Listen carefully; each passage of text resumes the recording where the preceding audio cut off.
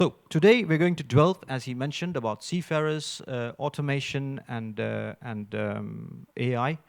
Um, I think you would have heard that ships make the world go. And if you've noticed in the times of COVID, when the world almost stopped, ships kept on sailing. They kept on proving that if you stop the ship, the world, half the world will probably freeze, and the other half would probably stay in hunger. And that is the importance of ships, and they are sort of the blood veins, or the blood that flows in the veins in the maritime transport.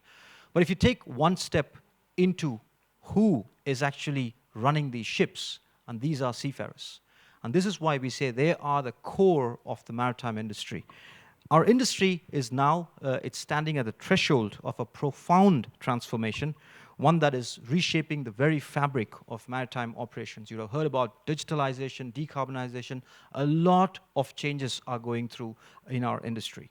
At the heart of this change are the seafarers, the resilient professionals who have long powered the global trade through their skill, courage, and sheer dedication. And today, they are witnessing the early waves of a revolution driven by digitalization, artificial intelligence, and decarbonization. From smart ships to autonomous navigation to predictive maintenance and green technologies, the future is really arriving really fast. And it all demands new ways of thinking, working, and leading. But this is more than just a technological shift. It's almost a human journey.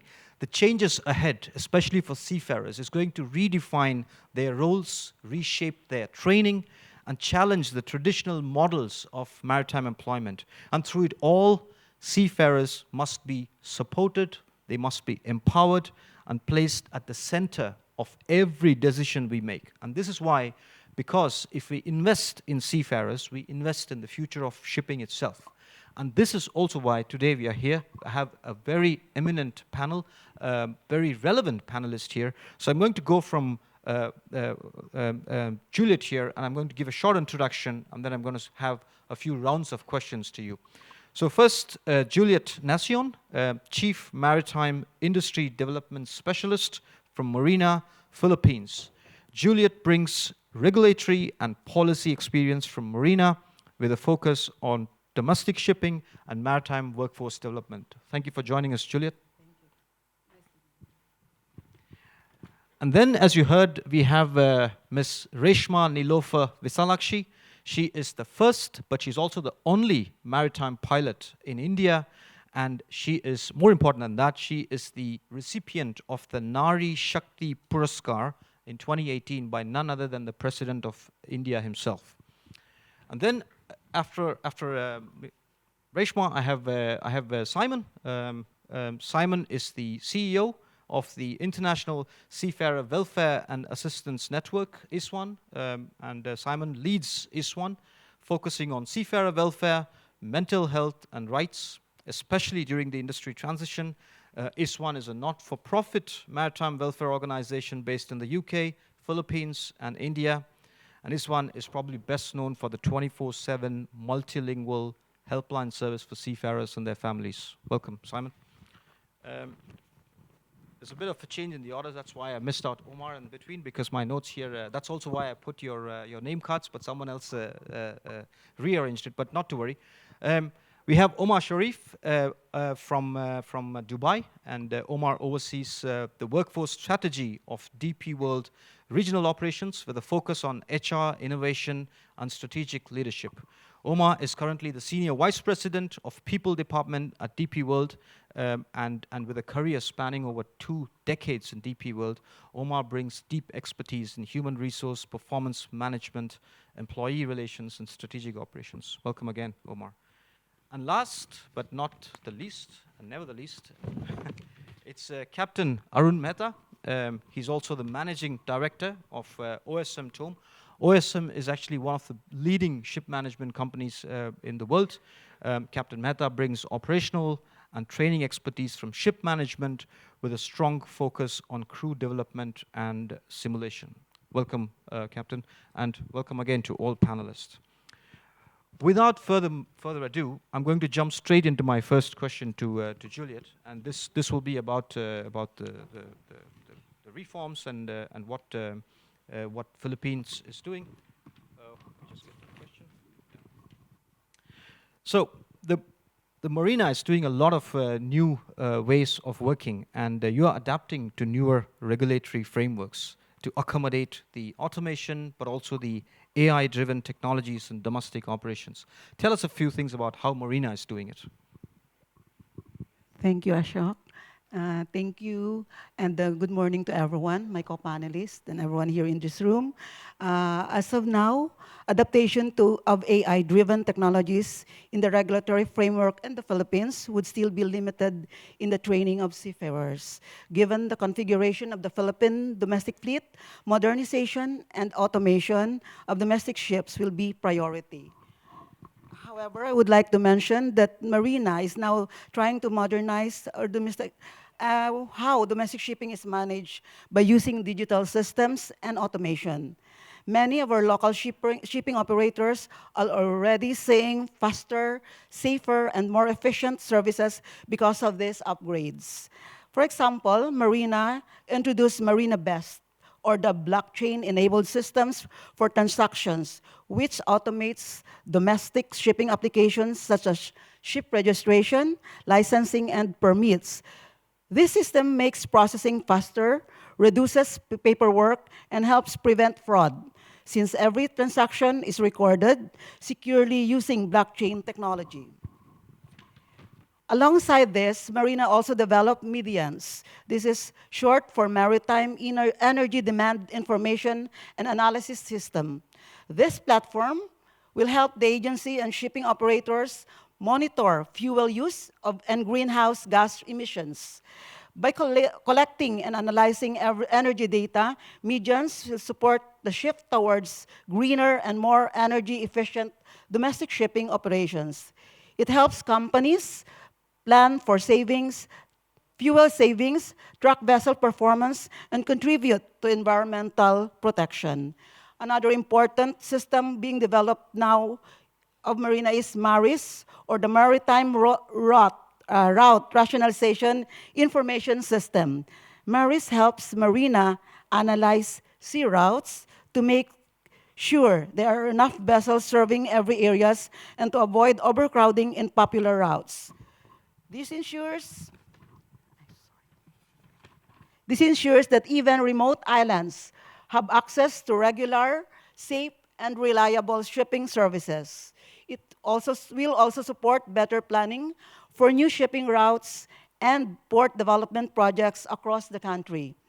Altogether, these innovations, the Marina Best, the Medians, and the Maris, show how Marina is adapting to new technology to make domestic shipping smarter and more inclusive.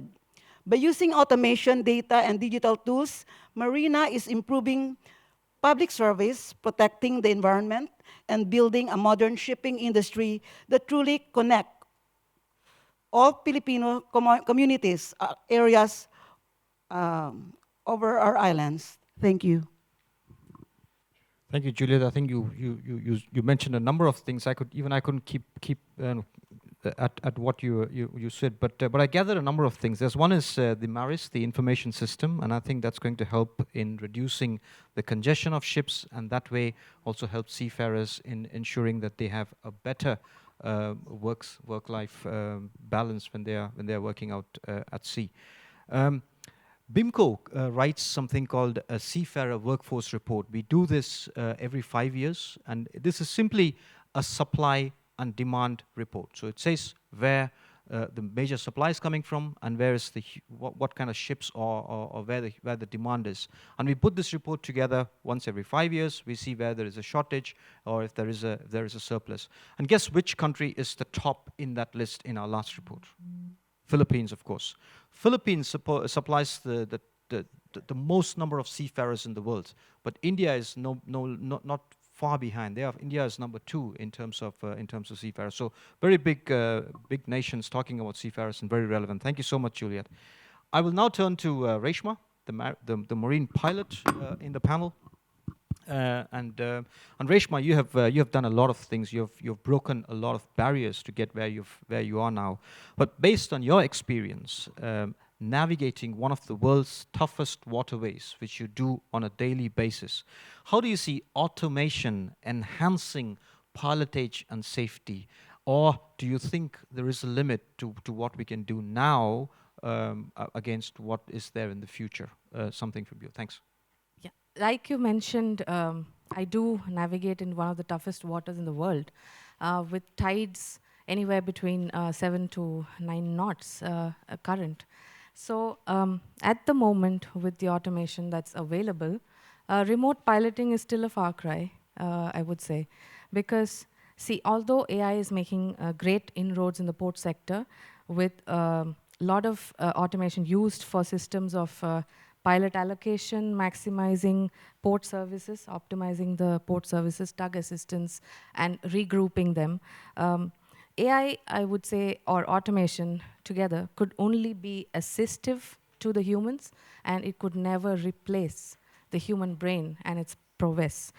Predictive suggestive maintenance, we all talk about it, and we've also seen remote pilotage is at a stage now where it's being introduced around the world in smaller ports. But that said, there's no replacement for my brain, the critical thinking abilities of the human brain, and emergency and contingency management. Predictive maintenance is one thing, but then managing breakdowns is another. So it takes years of experience to become a pilot, and the intuitive prowess of the human mind is required. And if you ask me, I would need another 2 extra set of eyes to manage a ship, which the details I take in and how I process the details and the data is different from how a machine could process. So no amount of cameras could do the remote piloting, at least in my waters. Yeah, thank you, Reshma. Very well said. I think, yes, on one hand, we are looking at AI and automation and going at a great speed, but it also talks about relevance and whether it can actually work in the waters that we are talking about, and especially the place where you are working, high currents, high tides and strong currents. I think you have to take it with a pinch of salt and go easy.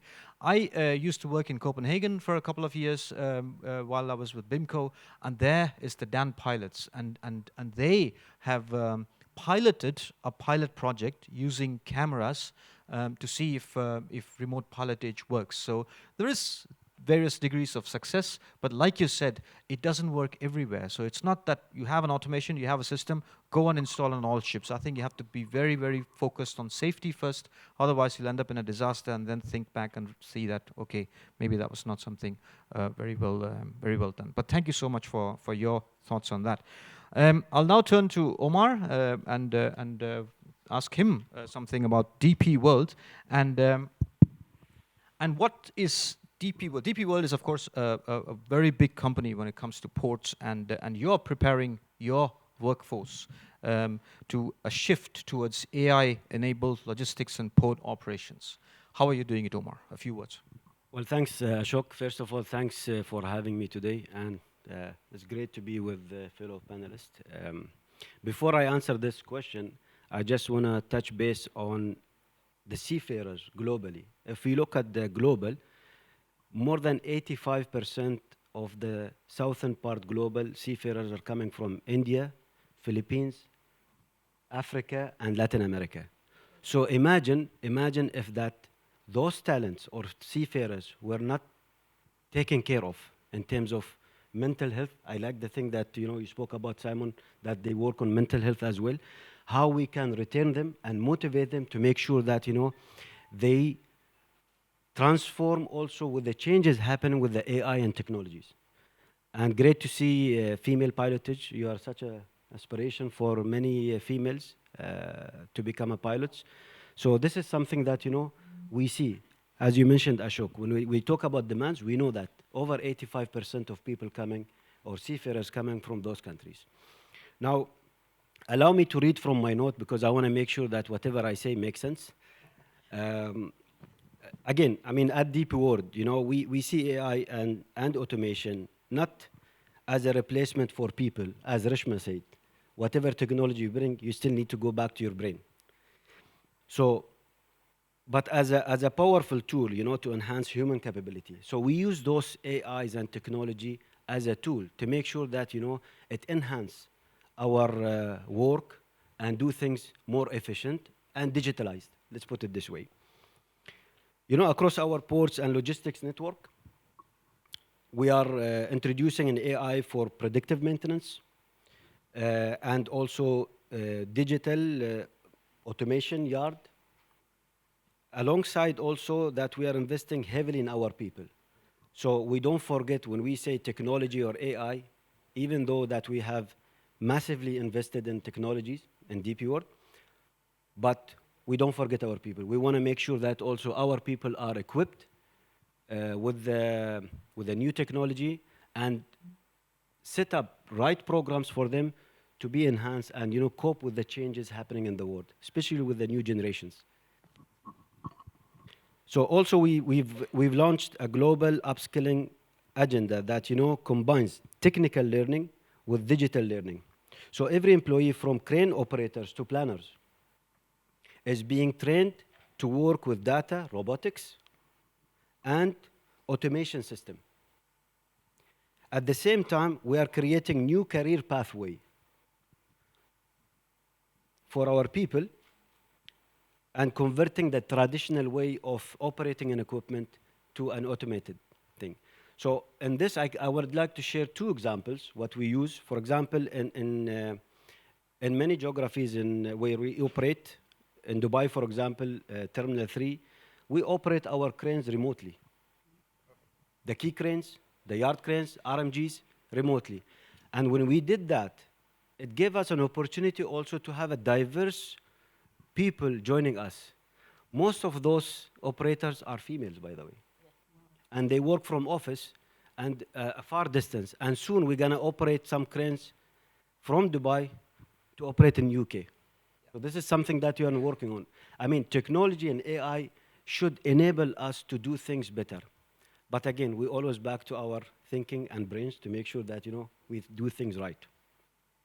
Another example I would like to share in India, Mundra, for example. And whatever we do with technology, safety is the most important thing that, you know, we need to take care of our people. So we have an initiative called Safety Gemba Walk. Usually we used to do it physically, where leaders or senior management, they go on ground, meet the people on ground, on the shop floor or operation or engineering area. Before they take any activity, they just show the management, okay, how we do things in a safe way. Today, we are doing it remotely. So I'm sitting in Dubai office. I can see my people live with a device, explaining to me how they want to take this task in a safe way. So those technologies are really making things easier and make sure that, you know, we do things right. So I have many notes, but I was looking at the time. I want to make sure that I leave the floor to the No, colleagues, thanks Thank a you, lot, Ashok. thanks a lot, Omar. And of course, we'll come back to you and listen to more of what you have to say, because you're very interesting. I recently visited a port in Singapore, and exactly what you said, the cranes, the gantry cranes that pick up a container from in and out of a ship, they have operators, and generally these operators have to climb all the way up to the crane and sit there.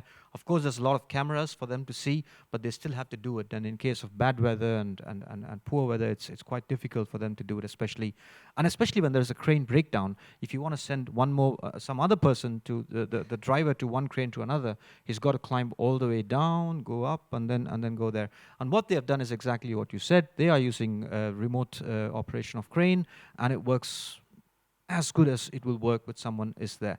But I think the key link is the communication, right? You have to have 5G communication, unbroken, stable connection. Otherwise, it will not work. And that's also why I think I will still agree with Reshma on a pilotage.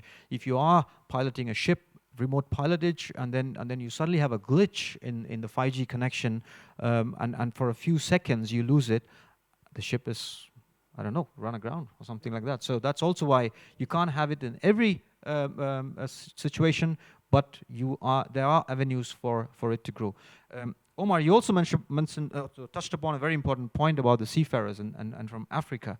I think the report, the BIMCO report that I talked about, we look closely at women seafarers and see the numbers and how they are growing. And there is a good growth in the number of seafarers, thanks to good companies, especially like OSM Tome and others who are really encouraging women seafarers to come on board.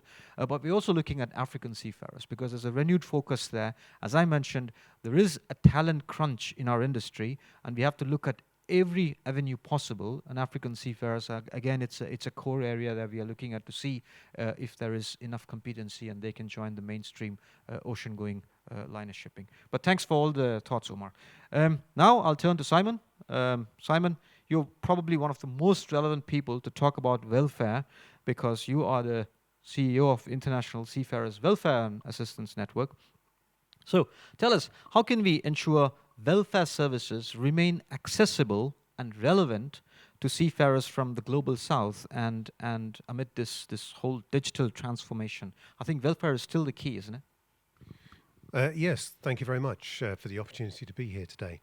So yeah, it's a key question for an organisation like ours.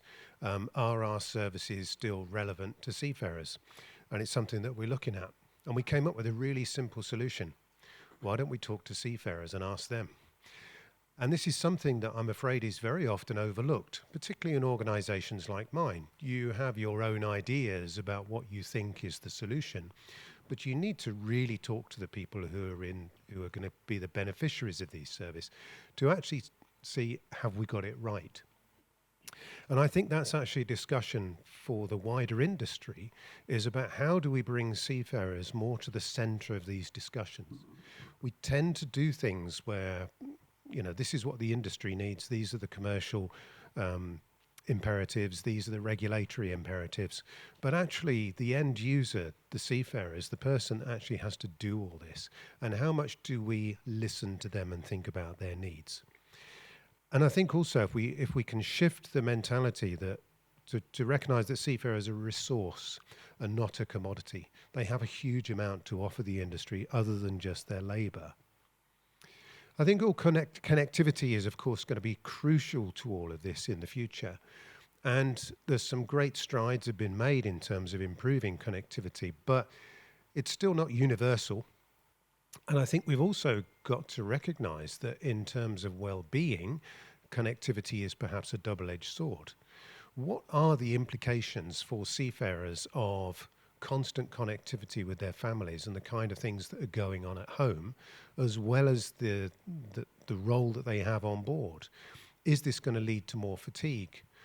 What are the implications for their mental health, the fact that they actually have to consider these things as well as at work? What are the implications for social interaction on board vessels, working with your crew, building a team of people that work together? If everybody disappears to their cabins in their spare time, what's actually happening there? And what are the implications for safety on board if actually people are easily distracted and thinking about other things? And of course, shore leave is something that we know is becoming increasingly difficult. And it is still the opportunity for human contact with people who are not on board your vessel.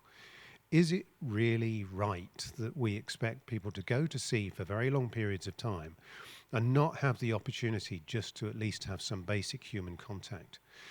The organisations that operate in ports, operate port welfare services and do ship visiting, we don't, we work in a different way. They know and recognise that the real value of just that basic human contact. And in a world that's becoming increasingly more automated, I'm not sure the solutions for well-being are going to be actually technical. It's going to be just remembering that seafarers are human beings. Thank you, Simon. You touched upon some very important points: connectivity, social interaction, shore leave.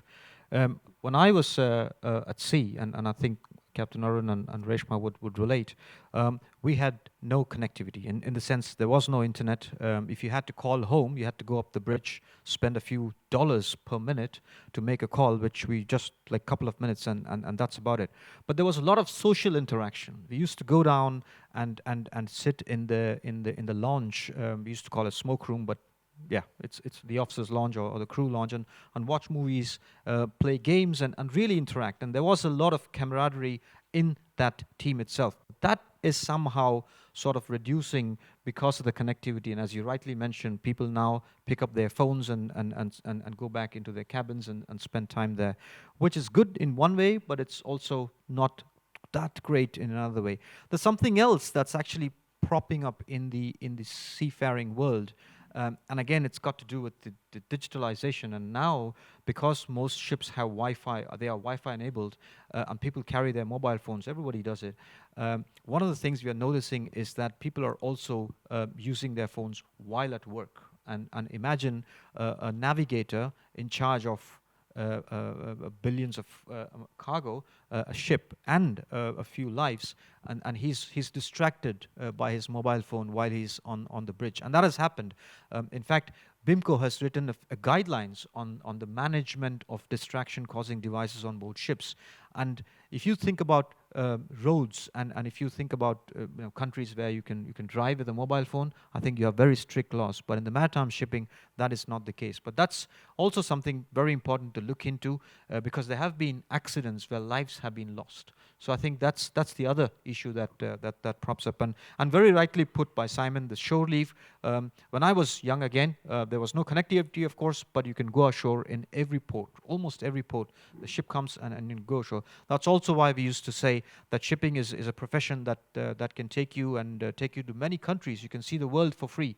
That's probably not the case today, and I think that's very much into the welfare initiative, and we should focus on that. And I think I would urge the regulators to look into it because everyone else is okay, but it's the regulations that's not allowing shore leave for our seafarers.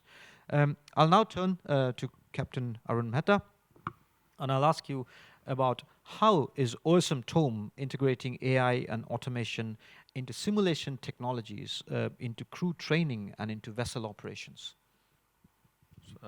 Thank you, Ashok, and thanks to ORF for arranging this and for all the audience present over here and the panelists. I think, so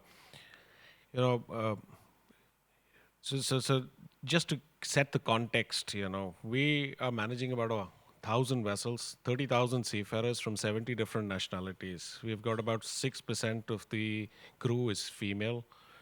So that is the kind of diversity we are looking at from age 18 all the way to age 64. Now that's the diversity on one side of things.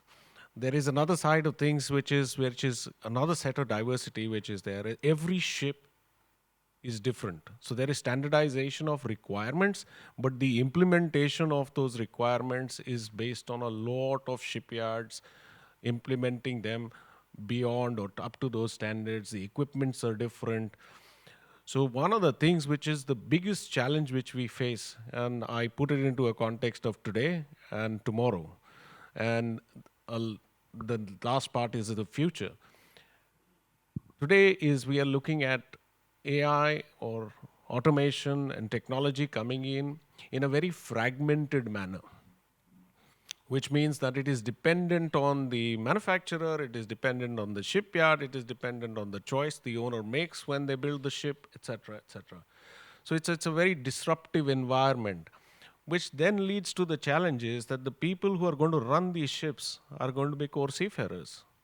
And we find that there is a standardized certification which has been derived from STCW and the like Marina and the DG Shipping over here. But that's a base level. And then we need to look at the people and coming in and then say, what ship, who do we match this person to? Because the competence required to run one vessel, a particular type of vessel, in the regulatory framework, I always say this is that I think we are shipping industry is probably the most regulated industry, And when I say the most regulated means, how many of you segregate garbage at home? In 9 different ways? So you can imagine the kind of regulation we are talking about. And this changes when you go from one country to another country. So for us, it's a challenge is how do we take this workforce of 30,000 people and make them relevant for today first and the changes which are coming in, and then build them into a workforce ready for tomorrow, and then when AI comes in fully into the future. The way we are approaching this is there is huge amount of data which we are being able to collect now based on, again, the technological frameworks which are available. And we are doing a whole lot of number crunching, data crunching on the shore side to ascertain what will be the needs. And like Simon, you said, we're reaching out to the seafarers to try and understand what is their expectation from this. We keep adding more and more training and requirements, but we never take them away. So anybody who's ever been a student, the syllabus always increases. Nobody removes anything from the syllabus. And that's exactly what is true here also. So at this stage, we are looking at bringing in automation from bottom up rather than saying how do we implement this, and we're leaving the implementation into what is the particular equipment or the vessel, what is their trading requirements, and then play it from there. So we've got vessels all the way from plain, normal, routine operating vessels all the way till high-end DP3 vessels, and the requirements on competence is completely different. So it's a very balanced approach we have to take. There's a whole set of people at the background which just keep doing this to understand what and how best to serve the seafarers, which will then run the ships. Thank you, Captain Arun. I think you touched upon, again, very important ones. And I think one of the things that really caught my mind is that fragmentation, right? As we move into this automotive journey, there's a lot of companies that are bringing in, as they call it, solutions and real solutions. Yes, but they're all different and in little packets. And if a seafarer has to learn all of them and then put them together and work with it, it actually, to be honest, increases their workload rather than decreasing it at this point in time. And like Simon rightly mentioned, you got to go ask the seafarers, and every change asks them, put them in the center. And something that's also happening on the regulatory side at the IMO is something called as a human-centered working group. Human-centered design working group. And this is about designing your ships of the future, keeping the seafarer in mind and how best you can do it. So thanks for your number of good suggestions. I'm going to stay with you for my next question and then reverse the order. But before I do that, is there any burning questions from the audience? Because I look at the time and I see that most of the time the audience are left out. So I'll take 2 questions before I go to the next one. So I see a hand there. I'll start with the lady over there. Yes, please. Oh, sorry. Does she have a mic? Or okay, maybe I'll give you mine. Okay, that's one coming from behind you. Yeah, hello. Good morning to all the panelists. And I'm myself Anushka Joshi. I'm an assistant professor at Ruya College, and I'm a proud wife of a seafarer. Wow. He's a first engineer working on board currently.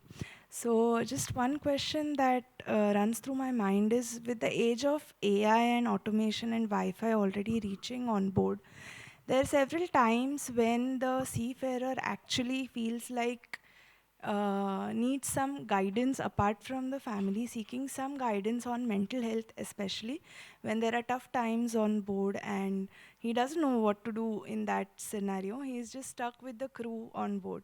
So are the panelists or the companies trying to plan any on-board mentoring kind of programs which would just allow the seafarers to tap in on a call and just talk out their real difficulties to the technical people, which they can understand better than their families at home? Thank you, Anusha. Very relevant question, and I know exactly who has the answer to that question. So yeah, I'll let him give you that answer. Go ahead, Sam. Yes, I thought that might come in my direction. So that's pretty much what we do. So we do operate helplines. with people who understand the maritime sector. We only work within maritime, and they are somebody that you can go to that's anonymous, and you can talk about the things that you certainly wouldn't say to your employer. You can talk about the things that you might not even want to say to your crewmates, and you may not even want to say to your family. And it might even be about your family. And it provides an opportunity to just talk. We help people to reframe the situation, think about it in a different way. We will also use whatever resources there might be. We'll refer them as necessary. So that's just a really simple thing. I guess with technology, we could provide something like that actually AI does it. Why do you need to talk to a human when you could actually just type in your response? But that's not what people are looking for. They are looking for the human contact. So I think it needs to be much more of that. And I think also one of the things that needs to happen is that ship managers, there are many ship managers, unfortunately, and I'm not referring to you, sir, who think that actually welfare, well-being, that's nothing to do with them. That's for the welfare organisations to deal with. Well, of course, it's actually the employer does have a role to play here. And they are the worst examples, and they're the ones that worry me most. Thank you, Simon. And just to add to what Simon says, okay, Omar, just before I give it to you, there's also the helpline that some companies operate, which we can, yeah, and MUI as well. Yes, thank you so much. Omar, you have something to add? Well, I do agree with Simon when it comes to well-being, but again, the human touch is important. So mentorship is important. And that's what we do in DP World. We make sure that we have mentoring for our cadets or our people in general, because that human touch and listening to the people is really important, and to guide and show them what will be the way forward, and especially if you have a challenges, how to turn those challenges to opportunities, and boost you with positive energy to make sure that you keep moving forward. That's really important to do. And again, being a captain or a leadership in office, meeting with people on ground is the core. You have to go to shop floor. You need to know and understand what people are feeling. When Simon said that we need to hear from our seafarers what they need, and this is how important listening. Again, I relate this to Captain Aaron when he said that whatever courses or programs we bring, maybe we're just topping up things. There are things maybe I don't want to use wasting time, but it's taking our time. But maybe it's not necessary and not relevant to today work or need. Yeah. So just wanted to add this. Thanks, Omar. Thanks a lot. I said I'll take 2 questions. So I'll take one more question before I go back to my panelists. So I have a hand there. Yeah, just go ahead, please. Yeah, thank you. Can she have a mic? Or yeah. Thank you. I'm Dawn, a lecturer at the Austrian National Center for Ocean Resources and Security. We were talking about the seafarers and digitalization, and I'm wondering, beyond the digitalization, there is a huge development of the autonomous vessels in shipping industry, and there is also huge discussion on the roles of the remote operator on shore. So I wonder, in the shipping industry, do you see the remote operator will be the just replacement of seafarers, or there will be just different types of maritime worker?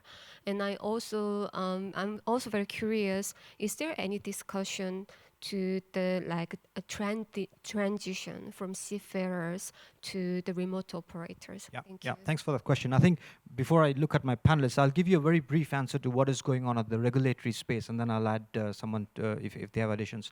There's something called MAS code, Maritime Autonomous Surface Ship, and that is how the shipping is going into the autonomous side.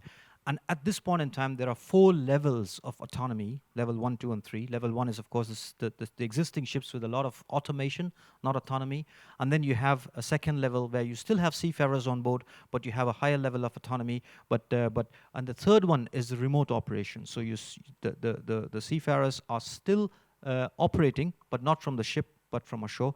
The fourth one is fully autonomous, right? So that's really the future. So as we transition through this period, there is a lot of need for seafarers. and what they have learned. So I think until we go to the level 3 autonomy, there is a need for a lot of seafarers and their skills, and it's only going to increase their demand of seafarers. So, for example, even if you remove the seafarers from the ships, when we get to level 3, and we're not there at all, we're not even, I would say, we're not even fully at level 1. So we're just getting into the level 1. But when we get to level 3, even level 3, you will still need seafarers and their skills, just not going on board the ship, but sitting in remote, as what Omar said, you can do remote operations. So there is a lot of need, and level 4 is really the future. There are some pilot projects that are going on in the North European countries where they are running a container ship from one port to the other. Very, very simple operation. But will that come to the ocean-going liners and all? I think it will, but it will take a lot of time, depending on how fast we move on the digital journey. Do you have something else, Reshma? Yes, May please. I add, again, the data that is collected also has to come from the human beings, from the seafarers who are in that spot, how they would react in different situations. That data will again need human inputs, and only then the AI can process it. Yeah, thanks. Very well said. Thanks, Reshma. I'll go back to Captain Arun. I said I'll reverse the speaking order, and we have about 9 minutes, so we'll sort of speed it up.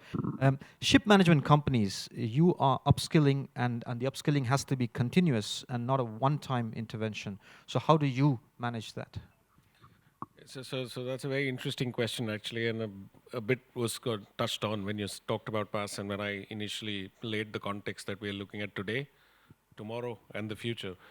And we cannot approach it with a single brushstroke. It has to be a different approach at each of these stages.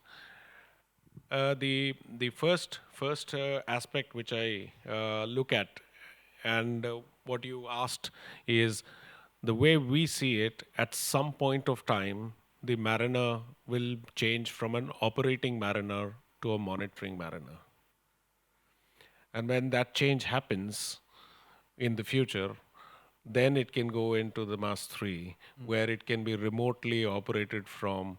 But that will require a lot of global legislation to come in. So that's a little far off. In the meantime, like I said, what we're looking at is let's say the next 10 years, where we see that this fragmentation, when AI comes in, we're looking at AI and automation as a very standardized approach, but it is not a very standardized approach. It's a very, very diverse approach.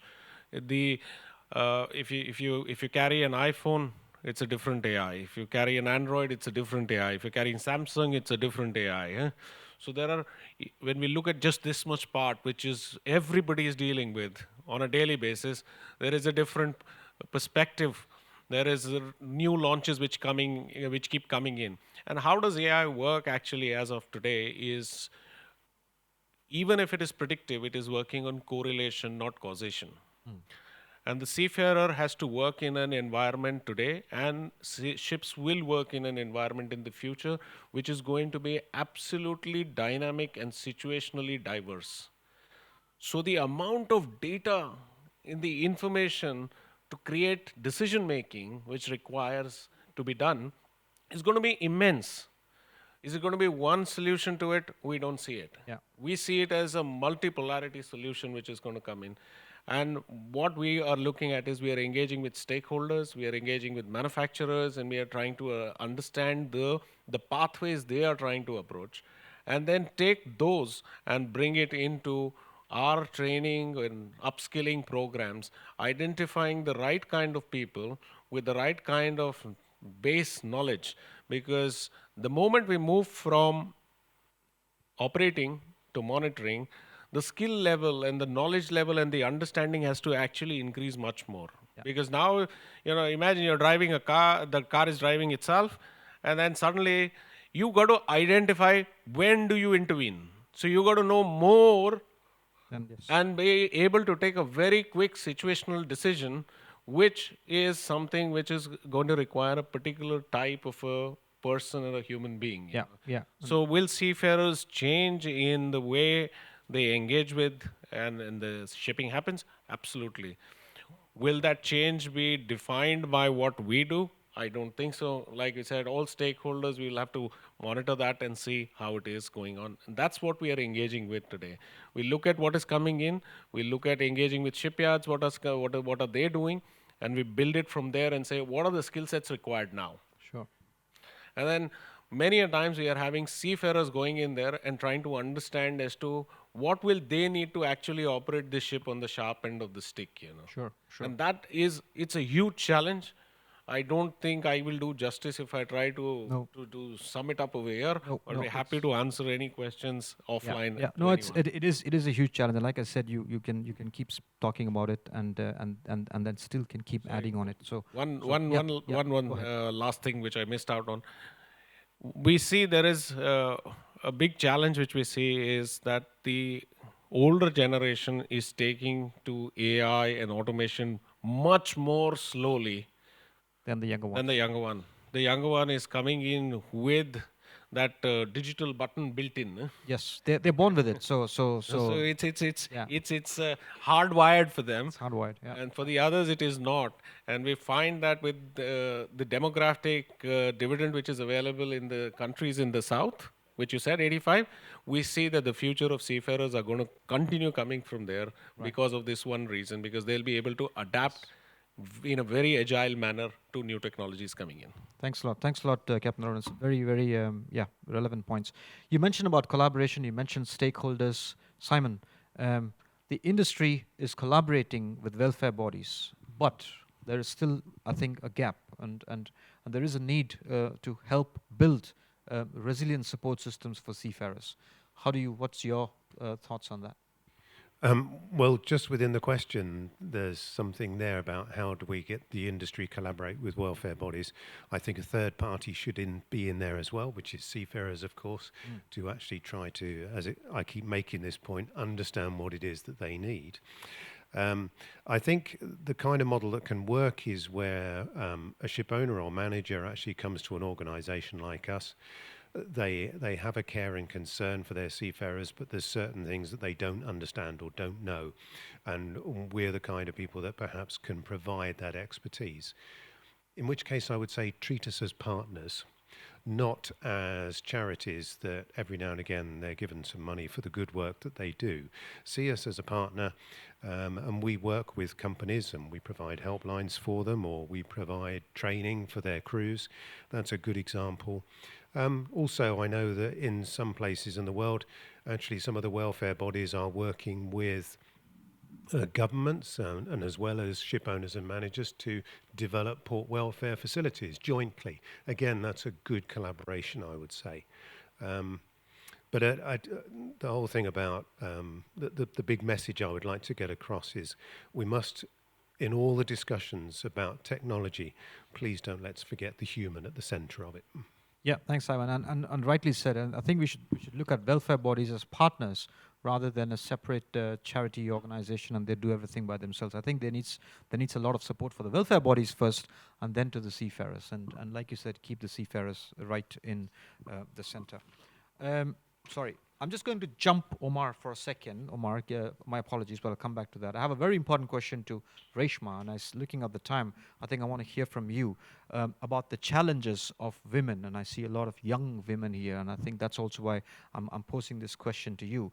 There is a challenge in accessing advanced maritime training, and I know there is this gap between both seniors and juniors, but also men and women. Automation, I think, can help, but what do you think? Can automation help in bridging that, or is it going to hinder that inclusion of training to seniors, juniors, and to women in all of that? Well, I think Omar already touched upon the answer earlier when he said that AI or automation is actually helping them bridge the gender parity figures, and they now have more workforce coming in because AI or automation is actually reducing the physical exertion point to the seafarer. So obviously it's not a hindrance and it's going to bring better gender figures. But that said, I'll also get to the general seafarers position on this.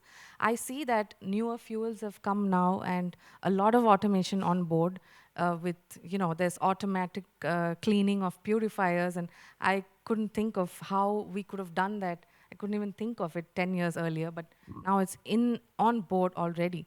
Now, for this, I think for the preparedness for newer fuels and the automations, it is always typically, this is a critical view with ship, other people here on the panel. I shouldn't maybe get on the wrong side, but I think that only the top 4 receive the training.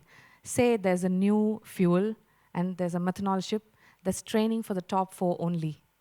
And the crew, the ratings, and the junior officers are forgotten in this training. Now, by way of sharing the knowledge from these people who are trained and then passing it on, you could lose a lot of key portions of the learning. And it could lead to disastrous human error.